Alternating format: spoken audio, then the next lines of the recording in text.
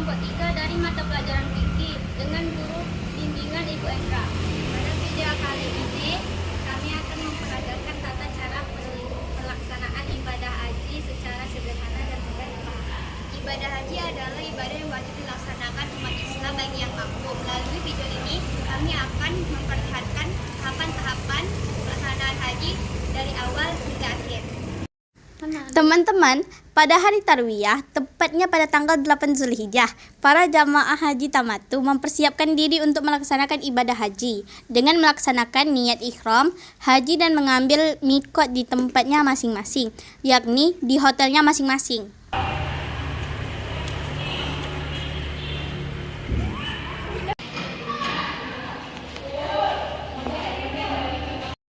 Pertama, sebelum beribadah disunahkan untuk membersihkan diri. Caranya dengan mandi, berwudu, memotong kuku, dan memakai wangi-wangian agar tubuh terasa segar dan rapi. Memakai wangi-wangian sebelum berniat masih diperbolehkan ya teman-teman. Selanjutnya berpakaian ihram yang dilanjutkan dengan sholat sunnah ihram. Selanjutnya berniat haji dengan mengucapkan Nawaitul hajja wa ahramtu bihi billahi ta'ala. Aku berniat haji dan berihram karena Allah Ta'ala. Setelah mengucapkan niat ihram, jamaah haji dianjurkan membaca talbiyah. Bagi jamaah haji yang lemah atau sakit dianjurkan untuk berniat istitah atau ihram bersyarat untuk mengatasi adanya halangan yang menyulitkan ibadah haji. Allahumma labbaik, labbaik la syarika lak labbaik, innal hamda wa ni'mata laka wa mulk la syarika lak. Selanjutnya berangkat menuju Arafah pada jam 7 waktu Arab Saudi, yakni menjelang tanggal 9 Zulhijjah. Tanggal 8 Zulhijjah disebut dengan hari Tarwiyah. Para jamaah haji berangkat dari Mekah ke Mina dan di sana melaksanakan sholat zuhur, asar, maghrib, dan disunahkan pula bermalam di Mina.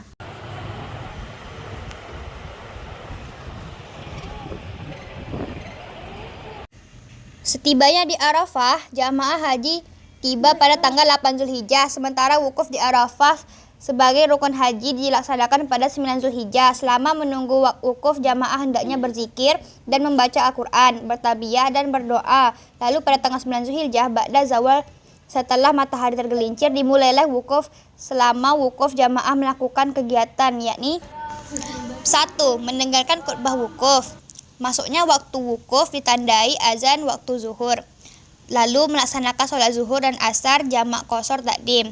Kemudian melakukan wukuf dilanjutkan berzikir dan berdoa. Lalu dengan memperbanyak istighfar, memohon ampun dari segala dosa dan mengingat Allah Subhanahu wa taala dan tidak menimbulkan sum'ah dan riya. Melaksanakan wukuf disunahkan menghadap kiblat. Wukuf berakhir ketika waktu maghrib tiba. Jamaah haji bersiap-siap menuju Musdalifah yang didahului dengan salat maghrib. Melaksanakan salat maghrib dan isya dengan jamak takhir dan qashar di Musdalifah bagi jamaah yang berangkat dari awal pada 10 Zulhijjah malam. Semua jamaah haji meninggalkan Arafah menuju Musdalifah untuk melaksanakan mabit. Selama perjalanan hendaknya membawa talbiyah dan berzikir. Setelah tiba di tempat mabit langsung menghadap kiblat. Hukumnya sunnah, lalu membaca talbiyah dan zikir dan terus mendekatkan diri kepada Allah Subhanahu wa taala karena di Musdalifah termasuk tempat mustajab untuk berdoa.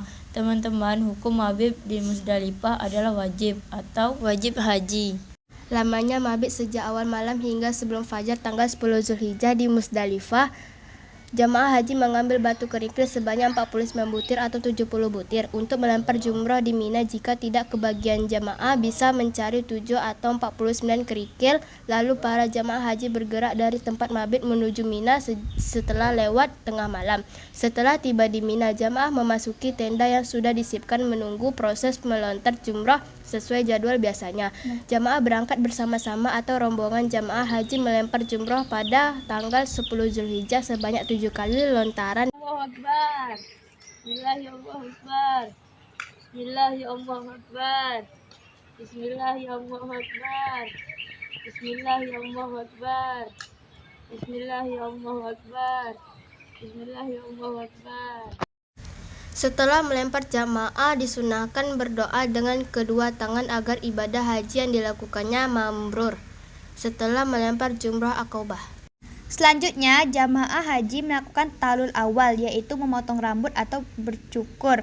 Bagi laki-laki disunahkan untuk gundul, dan perempuan cukup memotong rambutnya minimal 3 helai. Jamaah haji yang sudah melaksanakan tahlul awal itu sudah terbebas dari semua larangan ihram kecuali melakukan hubungan badan suami istri.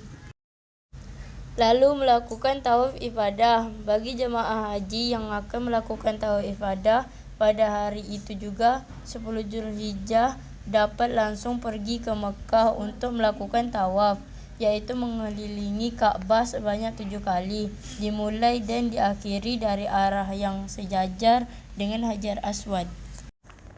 Labbaik Allahumma labbaik, labbaik la syarika laka labbaik, innal hamda wan ni'mata laka wal mulk la syarika lah. Labbaik Allahumma labbaik, labbaik la syarika laka labbaik, innal hamda wan ni'mata laka wal mulk la syarika lah. Labbaik Allahumma labbaik, labbaik la syarika laka labbaik, innal hamda wan ni'mata laka wal mulk la syarika lah. Setelah melakukan tawaf ifadah, dilanjutkan melakukan sa'i, yaitu berjalan dari Bukit Syafa ke Bukit Marwah dan kembali lagi ke Bukit Syafa sebanyak 7 kali.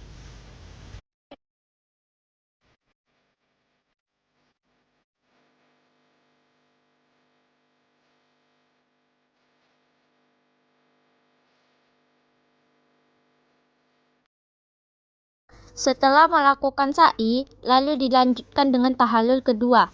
Dengan tahallul ini berarti seseorang telah melakukan 3 perbuatan, yakni melontar jumrah Aqobah, tawaf ifadah, dan sa'i. Setelah tiba di Mina, jamaah haji bermalam selama 3 malam, yaitu malam 11, 12, dan 13 Zulhijjah, atau yang disebut hari tasyrik. Pada siang harinya tanggal 11, 12, dan 13 Zulhijjah setelah waktu zuhur melontar 3 jumrah, yaitu jumrah ula, wusta, dan Aqobah, masing-masing 7 kali dengan menggunakan batu kerikil. Namun, jika melempar jumrah hanya sampai pada tanggal 12 Zulhijjah, kemudian mereka meninggalkan Mina menuju Makkah, maka hal ini diperbolehkan. Para jamaah yang melontar jumrah sampai tanggal 12 Zulhijjah disebut nafar awal, sedangkan para jamaah haji yang melontar jumrah sampai tanggal 13 Zulhijjah disebut nafar sani. Dengan berakhirnya kegiatan melontar jumrah, bagi jamaah yang mengerjakan haji tamattu dan haji qiran berarti telah menyelesaikan seluruh rangkaian kegiatan ibadah haji. Setelah itu, jamaah kembali ke Mekah. Jamaah haji yang ingin meninggalkan Mekah dan kembali ke tanah airnya harus melaksanakan tawaf wada atau tawaf perpisahan. Caranya sama dengan tawaf ifadah, tetapi pada tawaf wada tidak disertai dengan sa'i dan dapat berpakaian biasa.